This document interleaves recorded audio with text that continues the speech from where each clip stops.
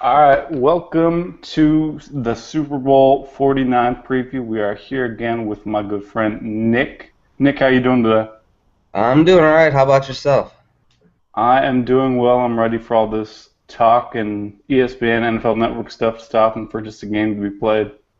Yeah, well, they'll talk and rant about things that didn't actually matter in the game for a week after it anyway.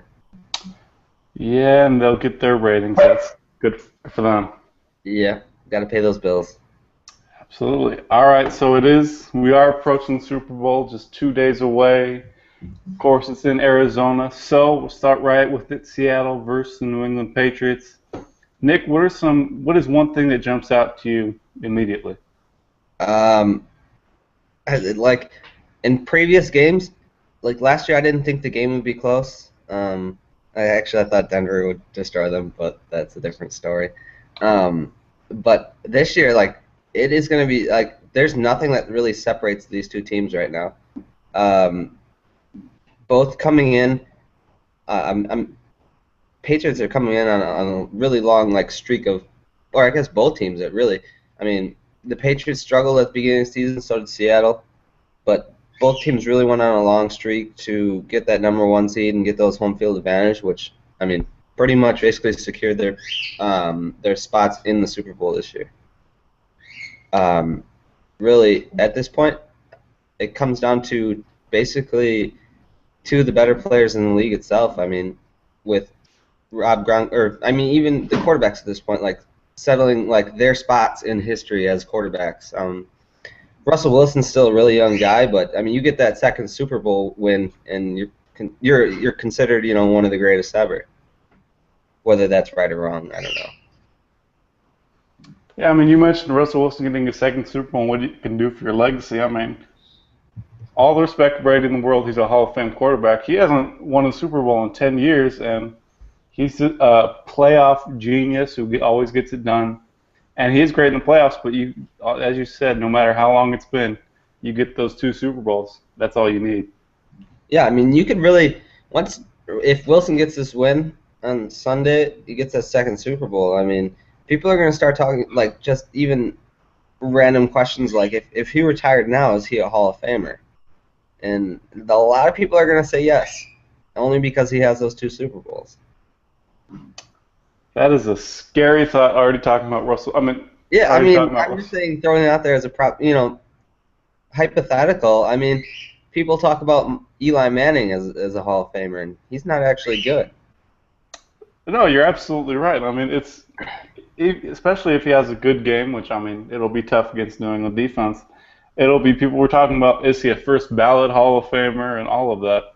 Yeah, I mean, it's really silly, but that's what it's going to come down to, really. And one of the bigger keys to this game is we're going to see two of the most physical running backs in the NFL between Marshawn Lynch, who he's just here to get paid so he doesn't get fined, Yeah, and Garrett Blount, who just did his community service. So, and really, I mean, that's the type of football I think a lot of hardcore football fans love to see just two people running the football with running backs who can absolutely kill an opponent. yeah. I mean, both these teams really coming in like last week, both relied on their running games a lot, rather heavily. I mean, both teams, both running backs ran for over 100 yards, and I mean, Marshawn kind of struggled at the beginning of the game because the Packers kind of got out to a quick lead, so they started throwing the ball a little bit too much, or Seattle did. But once they started establishing that run game, it really defined who they are as an offense and who they had been all year, and I mean, even the last couple of years. I mean, one could really argue that Marshawn Lynch is the best running back in football. I don't think many would argue against that. Um, and LeGarrette Blount, I mean, you never know who's going to be the guy to get the carries in New England, really. I mean, they just have that carousel, and that's the great thing about Belichick is he understands matchups better than any coach in probably NFL history, really. He understands he sees a weakness, and he's not afraid to go ahead and tell his number one guy that he's going to go sit because he doesn't present the biggest matchup issue for the other team. And you mentioned Belichick sitting guys. I mean, he's a great coach and he has his own style. I mean, Earlier this season, Jonas Gray had a 200-yard game. Come Friday, he was told, you're not going to be in because you were late to practice. And LeGarrette Blount, it was his first week back with the team, and he just dominated. Now, as we're in the playoffs, Blount's going to be a huge force for the Patriots. Yeah, I mean, and both these teams' rushing defense, I think, were in the top 10 in the NFL this year. But, I mean, with Seattle, like, they've shown that they do actually have a weakness as a rush defense. In their base defense, they only allow just over 3 yards a carry. But once they get into that nickel, and which the Packers really put them in last week, they decided to, get a third receiver on the field at all times, causing, Seattle to lose the linebacker and put in an extra DB. That's when they seem to struggle a little bit. Struggle in terms of what they normally do. They're allowing over 4 yards a carry, and even Eddie Lacy went for, quick 75, 80 yards in the first half last week. Really, it's going to come down to what if New England's going to be willing to split Gronk out, because you can't take him off the field. He's their best player. You just can't do that. But if they're going to be willing to split him out more, and if they're going to be doing that, Seattle's going to be almost have to bring another defensive back on the field, and that's going to create problems for their rush defense, and maybe LeGarrette Blount could take advantage of that and pick up some yards early. I know you mentioned the running game and going at Seattle's defense, and that's one thing we mentioned in our Green Bay Seattle previews. Listen, since the Seahawks lost Brandon Mebane, if you're strong up front in that interior line, you can run the football with a powerful running back. Yeah, and that's LeGarrette Blount isn't going to make many people miss. He is the definition of a guy who's going to just pound up in there and hopes for his 4 or 5 yards and fall down, really. And that's not saying he can't really necessarily break one off, but if you're looking for that guy who's just going to be that power back, hit up that power up the middle, he's your guy, really. He's a big dude at 250. Once he gets ahead of steam, there's really no stopping him. And he's the same guy who, for the Patriots at times this year and then passing it with them, he was returning kickoffs for them. So, as you mentioned, that head of steam, he can just knock people over, no matter how physical Seattle's defense can be. Yeah, Seattle's best chance might be to get a drug test on him before the game, but who knows? Yeah. And that's just one of those things, though. You go back to, kind of focus a little bit on New England's running game here, but, Seattle, it's going to come down to getting the ball in Marshawn Lynch's hands as many times as possible. He's probably the toughest guy in the league to tackle. New England, I think they were, I looked it up, and they finished in, the top 10 to 12 in the rushing defense, but they still allowed over 100 yards a game. And, even in the playoffs thus far, Indianapolis fell behind a ton early against New England last week. It kind of just went away from the run game, but they still put up 18, 19 carries for close to 100 yards. So, they're still getting almost 4.5, 5 yards a pop. Even Baltimore went for 140 on the ground against them in the first playoff game. So, both of these traditionally have really strong running defenses, but it's not necessarily saying that it can't be done. Yeah, and the thing about Marshawn Lynch, and you mentioned Patriots defense, 9th in the NFL, allowing about 104 yards per game, is where Marshawn Lynch is just killing teams, and he did this against Green Bay, he did this against Arizona, and he can versus New England. He may only get a few runs or short runs in the first, second quarter, but come the third and fourth quarter when the defense is starting to wear down, he is going to just annihilate your defense. Yeah, we saw, it's not last week, but I guess 2 weeks ago, in that second half, they just decided that, they were still down, upwards of 15, was it 16-0, 19-0. They basically went out there and said, we're Russell Wilson didn't play well last week at all until the late fourth quarter and overtime. But they just decided that, they're down by, 2 touchdowns in the fourth quarter, and they just decided that, hey, we got to get the ball in our best player's hand and let him make plays. And, at that point, and that is Marshawn Lynch. And, he went up there. They even threw him the ball a couple times, and they just decided that, Packers at that point were going to allow them to run the ball, and so they took what the defense was going to give them, and he was running for 8 to 10, 12 yards a pop. At that point, the teams are more tired, and a guy like Marshawn Lynch, who, that the proverbial saying, if a guy who gets stronger as the game goes on, I guess he really is the definition of that.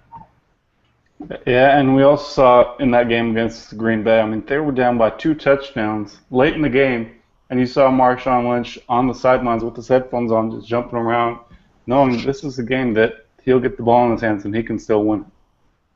Yeah, I just go out there, get him some touches, he'll go grab his nuts and call it a day. Yeah, and one thing you also mentioned is Russell Wilson against Green Bay. He had, I think, 4 interceptions, just a terrible day for Seattle. They had 5 turnovers. And obviously it was a bad game for their offense collectively. But looking at this game, people said, well, comparing how New England did versus Indy to how Seattle did versus Green Bay, well, naturally New England should be favored because they played so well. But what are the odds that Seattle has another 4 or 5 turnover night?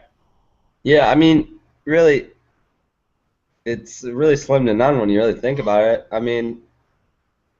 I think I looked up New England. That New England did cause a bunch of turnovers this year. Especially they had like 16, 17 interceptions as a defense. And they arguably have probably the second best corner in the league in Darrelle Revis. Browner on the other side has been a huge liability, but they have 2 of the best at their positions with Devin McCourty at free safety and Darrelle Revis at corner. Both the guys who can really shut down an offense, like a passing offense, and McCourty's a ball hawk. That guy, could easily come away with an interception or 2 in this game, especially once you consider, you look at Seattle's weapons, and it's just non-existent. On the outside, really. Luke Wilson's turned into a nice little tight end. Marshawn Lynch is obviously a great running back, but, Doug Baldwin's your number 1 receiver, and he's a low-end number 2. And if you're going to get him lined up on Darrelle Revis, you're going to have to throw the ball to Jermaine Kearse, Ricardo Lockett, guys like that. And, you saw that last week. It's just not going to work. And, that was against the Packers secondary, who played actually pretty well last week. But at this point, you're upgrading from Clinton Dix to Devin McCourty and Sam Shields to Darrelle Revis. And, at that point, it's going to be a long day. Since we're talking about Seattle receivers, obviously if they're watching this, they're going to be very unhappy with how much we're disrespecting them. Not being great wide receivers. And as you said, if you put them on other teams like Green Bay or you put them in Denver, Doug Baldwin, maybe a number 3. Jermaine Kearse is going to be a number 4 wide receiver, but in Seattle, they're the top options. And that's going to be a problem. I guess you have to hope to rely on Jermaine Kearse beating Brandon Browner deep. And while Browner can be physical, he has had his issues this year. Yeah, oh. Did I freeze up? Did I freeze up? No, you're good. Oh, okay. Really, at this point, I would assume that Russell Wilson's going to target Browner as many times as possible. Really, Browner, he doesn't give up a ton of huge plays, but what he does is give up penalties, which is as bad the whole time. And I guess you're going to want to really get Baldwin lined up as much as possible on him, because a guy like Browner, he specializes in shutting down, a guy who's a bigger receiver, and that's exactly what a Lockett or a Kearse or whoever else is out there. That's what they are. They're not going to win with, little guy speed or, in quick, short areas. And, that's your best bet is going to be to get, Baldwin out on Browner as much as possible. But, the Patriots have shown that they're willing to flip the field with Revis and Browner at all times. Yeah, I think one thing that, unfortunately for Seattle, they lost Paul Richardson earlier in the year, and he's on injured reserve. Is he could have been that. I mean, he's not near the level of Randall Cobb, but that threat that we saw that Green Bay did against New England, where they moved him into the backfield and around so he was matched up with linebackers, which really freed up a lot of space for him to get open. But Seattle won't have that to their availability. Yeah, I mean, and he was really the one guy. I mean, he can work underneath, but he's a guy with that 4.3 speed who can get behind that defense and cause problems that way. And I mean, at this point, Seattle just doesn't have anything like that. But that being said, Browner's shown to be a pretty bad player. I mean, at this point in his career, it's really going to come down to that number 2 receiver for Seattle beating him on a deep route once or twice. I mean, it's not even going to be a focal point of that offense. It's just going to be, if they can show that they're willing and like successful throwing the ball, even a handful of times, that's really just going to open up things for Marshawn Lynch underneath. Yeah, and we are spending a lot of time talking about the Seahawks passing game, but that's because look at Bill Belichick's history. He excels at taking away what his opponent does best. And while it will be difficult to limit Marshawn Lynch, he's a great defense. He's a great coaching mind for a reason. He will find ways to do that. Yeah, and I mean, even last week it was odd that like Seattle didn't really use Russell Wilson's legs until the end of the game. But I think really in a sense that New England's probably a little bit more properly set up to defend that run. If you don't know the name Jamie Collins, you will after this week. He's one of the best off-ball linebackers in the NFL. The guy is just a physical freak, and I mean, you're not supposed to be able to move the way a guy at his size does. And I think what Belichick's going to have the defense do is have a guy like Jamie Collins focusing in and being a spy here and there against a possible Russell Wilson scamper. I mean, really, that's what allowed Seattle to get back in that game against Green Bay, was basically deciding that they were going to go back to, what got them there, is using Russell Wilson's legs in the read option game, in the play action game. I mean, and at that point, that adds that extra really needed boost to that offense. I mean, if they're going to do what they did similar in the first 3 quarters against the Packers, it could get ugly for Seattle. Yeah, and you mentioned Seattle making adjustments, and that's one of the big keys, which is how Seattle and New England have gotten here, is great coaches in playoff moments make adjustments during the game, and that'll be a big thing. Yeah, and I mean, you go into let's just even last year's Super Bowl, it was Pete Carroll against John Fox. At the time, it didn't really seem like a huge coaching disparity, but the more you look into a guy like Pete Carroll, and he's probably one of the 2 or 3 best coaches in the NFL, along with Bill Belichick. So, I mean, you're really expecting a great game from that aspect, because there's going to be, they do it different ways. Belichick is, the greatest, one of the best X's and O guys to ever coach the league. I mean, he just gets it. He understands adjustments. He understands, where his team should be beaten. I mean, the guy prepares like no other coach. But Pete Carroll does it a different way. No players love their coach more than Pete Carroll in Seattle. Those guys, will go, the proverbial saying of, they'll go to war for him. I mean, those guys love him, and I think even they showed against the Packers. It's simple. It's like most teams would have quit in that game. I mean, you're down 2 scores, 16 points with, 6-7 minutes left in the game. Most teams would have quit at that point. But there's that certain level of positivity that Pete Carroll brings at all times that really showed Seattle that they still had a chance in that game.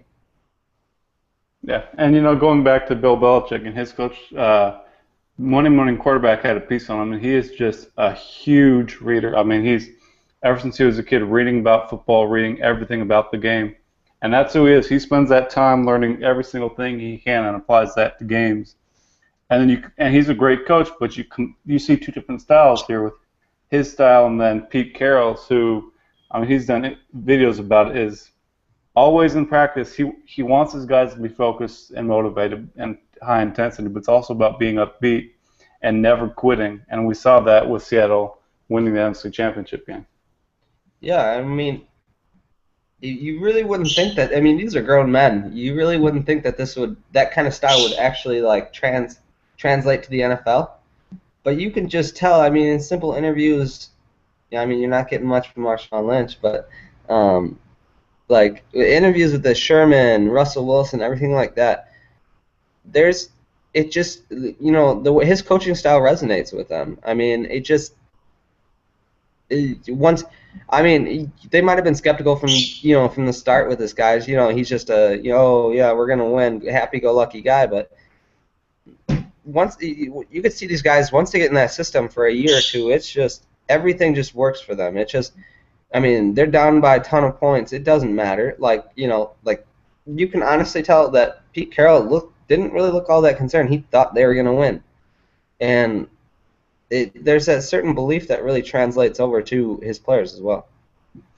Yeah, and I mean, Pete Carroll, I mean, coming into Seattle, he was a coach. I mean, he had a short stint in New England and with the Jets, and he failed, went back to college, and he was great there. But as a player, you see this guy come in who wants to bring in this different style, and he's an older guy. I mean, he's 7 months older than Bill Belichick, and just to be able to buy into that, and in his first year, they made it to the NFC divisional game, where they lost by 2 points to Atlanta, avoiding a chance to go to the NFC Championship. And then they just bought into him and his style, and now one Super Bowl and a chance to win a second one. Yeah, I mean, really, I guess we haven't really touched a whole lot about New England's offense at this point. At this point, not a lot of teams are really can match up physically with Rob Gronkowski. I mean, I would argue he's one of the top 5, 7, 8 best players in the NFL. I mean, he's just, you're not like a guy he's 6'6", 260 in that range, and I mean he's got great movement skills and he just understands how to play the position. I mean, but Seattle's one of maybe 2 or 3 teams that can probably match up with them, and then that's because of Cam Chancellor. I mean, there's not a more physical safety in the NFL who, and he can move and he can cover pretty well, but I wonder if outside of Gronk, I mean even New England's weapons aren't that great. I mean Brandon LaFell's been a number 3 in the league for a long time, and I mean he put up some decent numbers this year. He had a nice little stretch, but I mean he doesn't really show that he's not going to go out there and beat Richard Sherman. I mean, depending upon his health, we don't really know how healthy he was. He struggled down the stretch against the Packers because of his elbow. But I mean, regardless, I still don't think he beats Richard Sherman, who's the best corner in the league, and I mean, I'm not going to listen to any argument against that. If at that point it comes, I mean, on the other side, you got Edelman. He's going to win a couple times in the slot in the same way that Randall Cobb did.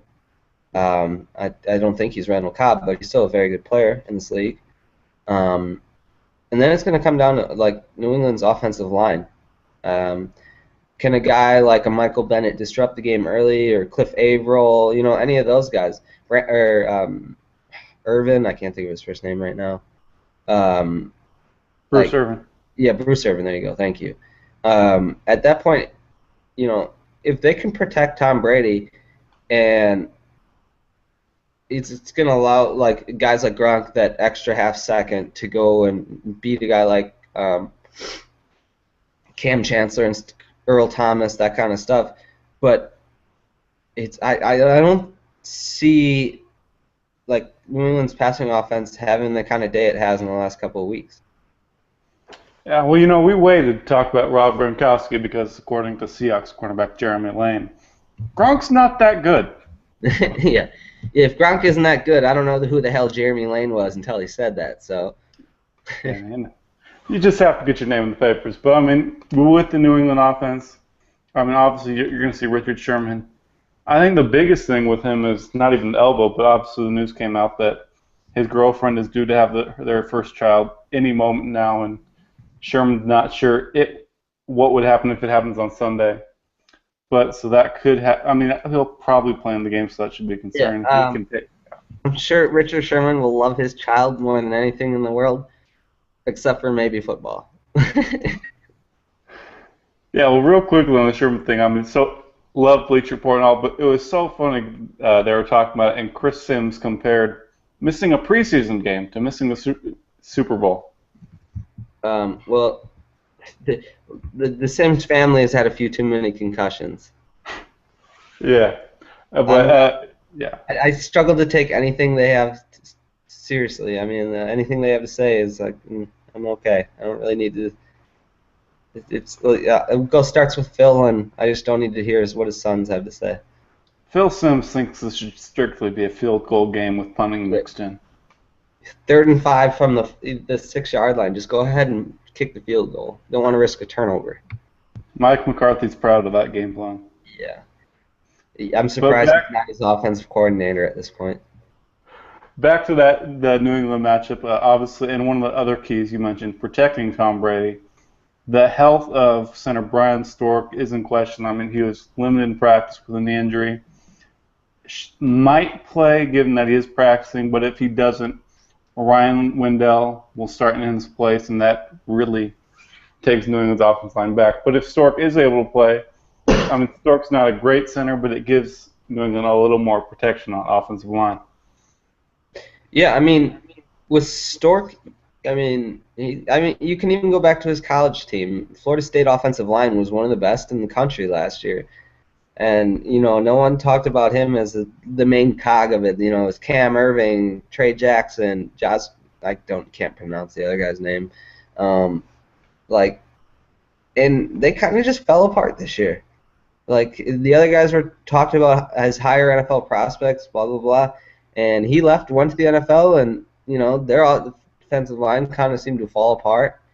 And now he comes into the NFL, goes with the New England Patriots, and he kind of becomes a key cog in that offense, or even just offensive line. They seem to function better as a group when he's in there with them.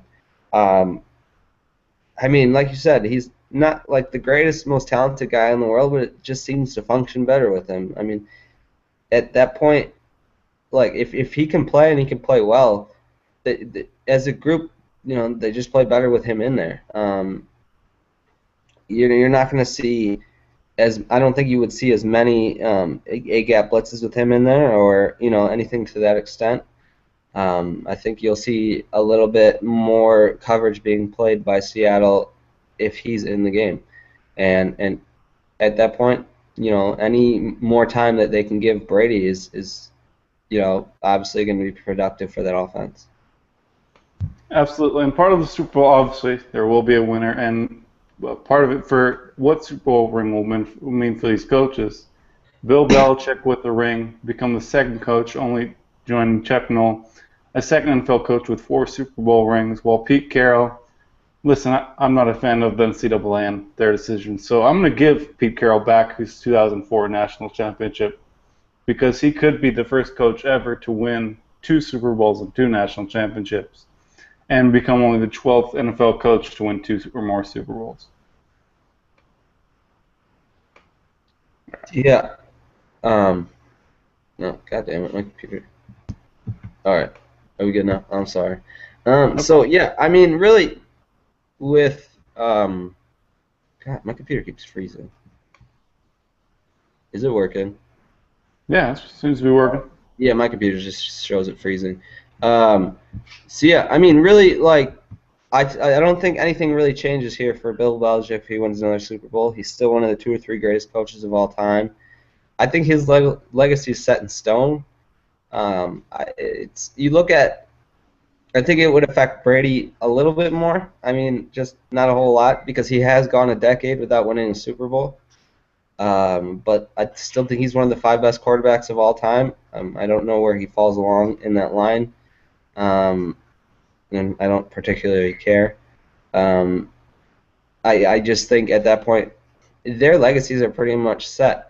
But if you can go more towards Seattle, I mean, you start moving into Pete Carroll, you have to start moving his name in there as one of the better coaches of all time. In terms of, he's got those 2 championships in college, and then he came back in the NFL. I mean, he failed first off in the NFL, and, he went back to college and he had to learn about different things. He came back to the NFL, and, just the way he coaches, you wouldn't really think that it would translate to the NFL. I mean, based off of motivation, that kind of stuff, because these are grown men. But, I mean, you get that second Super Bowl back-to-back, not many coaches can do that. I mean, you start, I mean, he was already a great coach, but, now you just have to, start thinking about him and putting these different things into context. I mean, you give him these different championships. I mean, especially the way that he built that defense. I mean, they pretty much, everything that he does as a coach, motivational stuff, they feed off that. I mean, that's one of the most emotional defenses you'll ever see. I mean, simply just feeding off of Rich Sherman, too. I mean, that guy is he's 24/7 focused on the game itself. I mean, it's just he believes in himself. He believes in what his coach is telling him, and beyond that, you get in the Cam Chancellor, a great player and all, but again, feeds off emotion. Really, I mean, I think it would affect the Pete Carroll legacy more than it will Bill Belichick and the Patriots.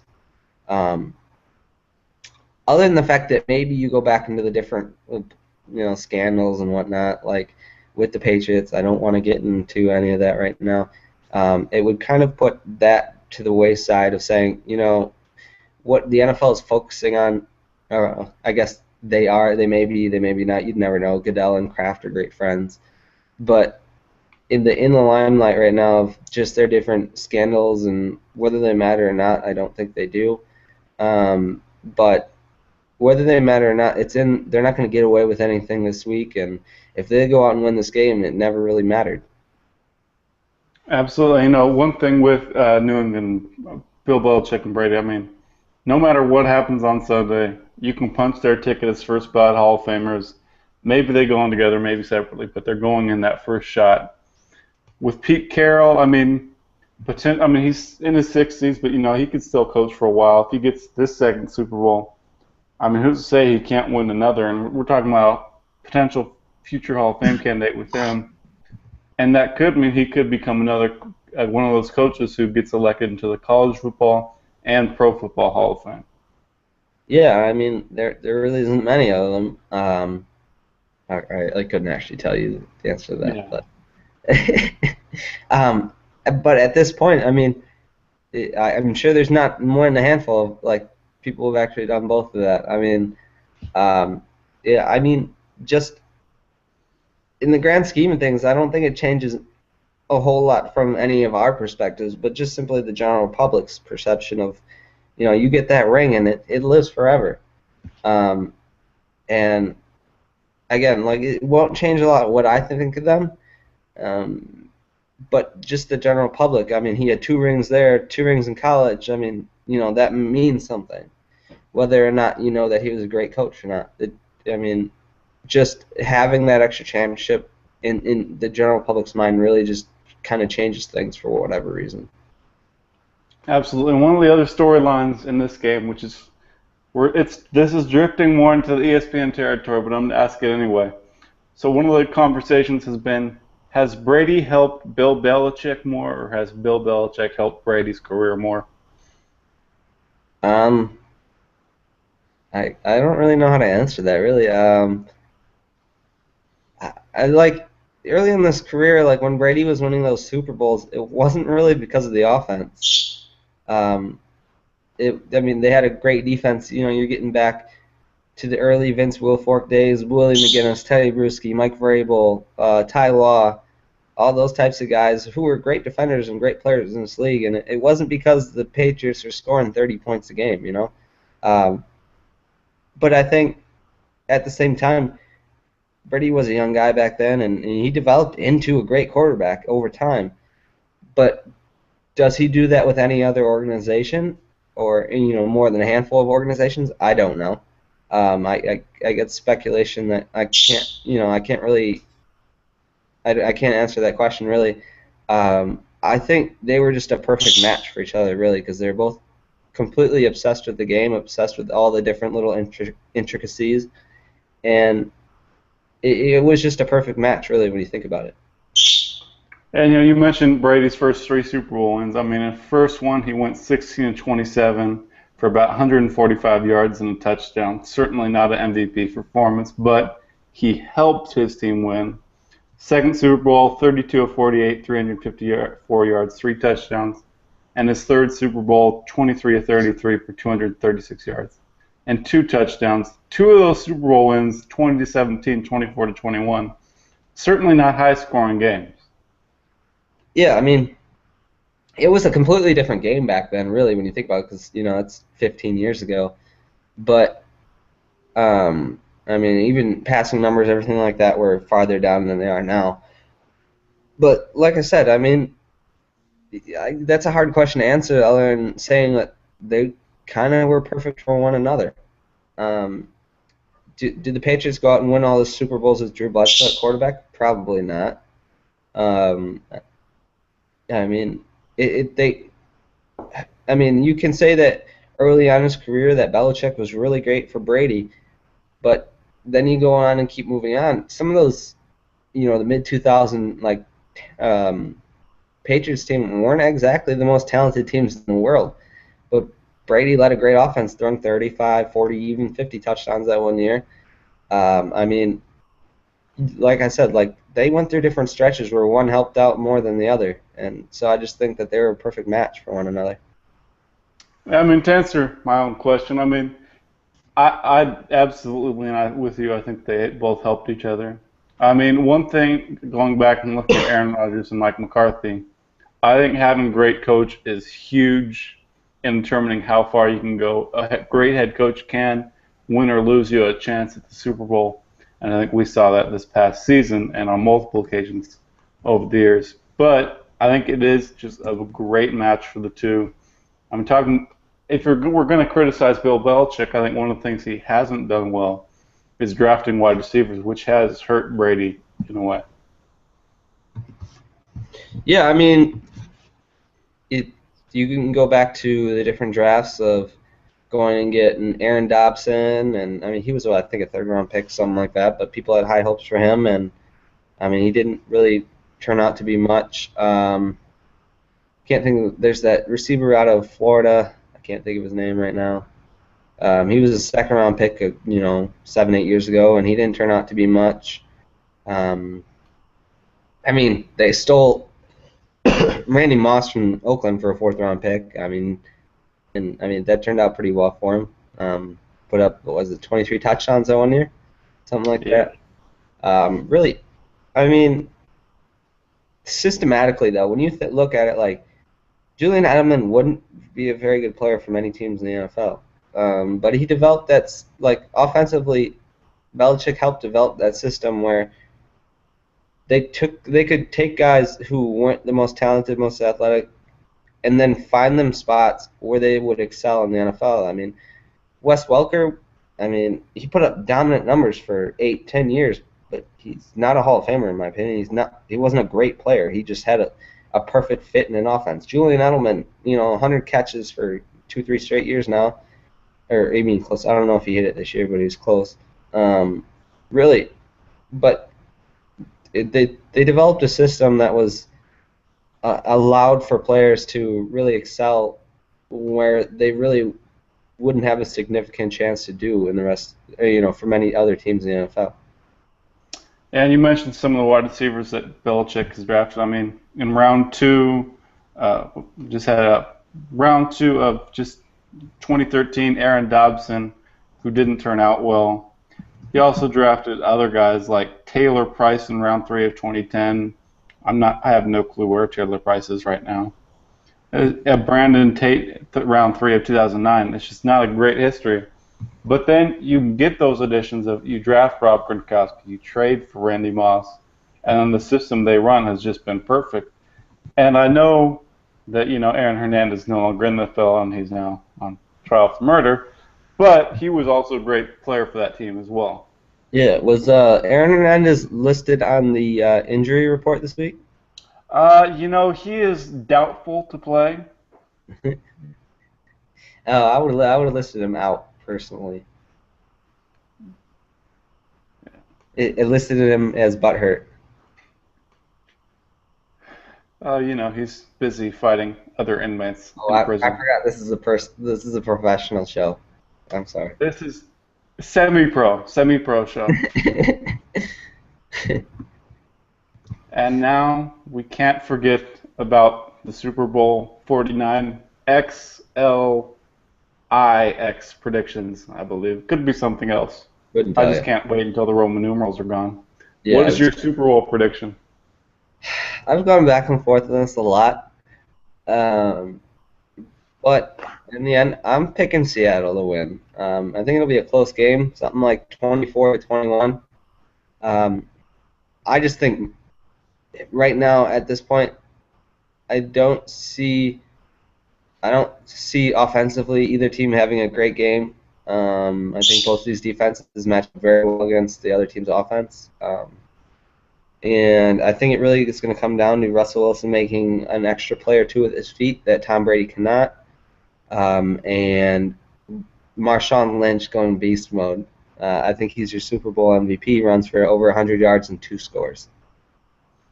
All right, so National Signing Day is coming up for college football, so I'm going to make my pick like it's National Signing Day. After a lot of time thinking with my family and talking with people, I have decided. It's a decision for yourself. You have to live with it for the next 48, 72 hours. That's true. But I have decided to pick Russell Wilson and the Seattle Seahawks. I think, as you mentioned, I think Marshawn Lynch, he can have a big game. And I think Seattle, even with the injured Richard Sherman and injured Earl Thomas, I think they're going to pull it out. I'm actually going the same 24-21 score. MVP will not be Russell Wilson, even though I'm sure with the win we'll start the Hall of Fame national talk. We'll already start. My MVP will be Marshawn Lynch. Oh, wow. Dude, we just went with the same thing, so that was great. We did. All right, Nick, go ahead. All right, I'm sorry. Go ahead. I'm good. No, go ahead. I think really at this point, we're both just going to be very happy when this weekend is over with. Yeah, I'm ready for the Super Bowl. Just move on to just end everything. Well, of course, next week will be the Super Bowl retread of everything that went on, everything that could have happened, and all it means, and just a giant hangover. Yeah. All right, so Nick, where can everyone check out your work and follow you on Twitter? Since I know since the last time we did this, you changed your Twitter handle. Oh yeah, I decided to be a little bit more professional and grow up a little bit. It kind of sucks, by the way. It's not fun. You can follow me at draft_Packers, and you can see anything that I have to say, which isn't a whole lot, at Titletown Sound Off, RC Network, let's see, In-Depth Scouting, and BruceCityBreakdown.com. Excellent. I will say, obviously you're going more professional mode, but I think this semi-pro thing is working out pretty well. Yeah, there's a hell of a transition period, and it's just like I get stuck. Yeah. All right, and I just have to say, I think we deserve a nice round of applause because we went, I think, almost 50 minutes without bringing up the words that have been around the Patriots all week. I'll log off. Yeah.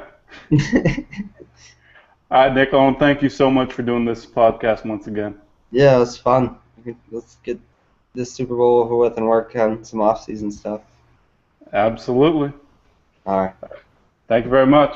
Yep.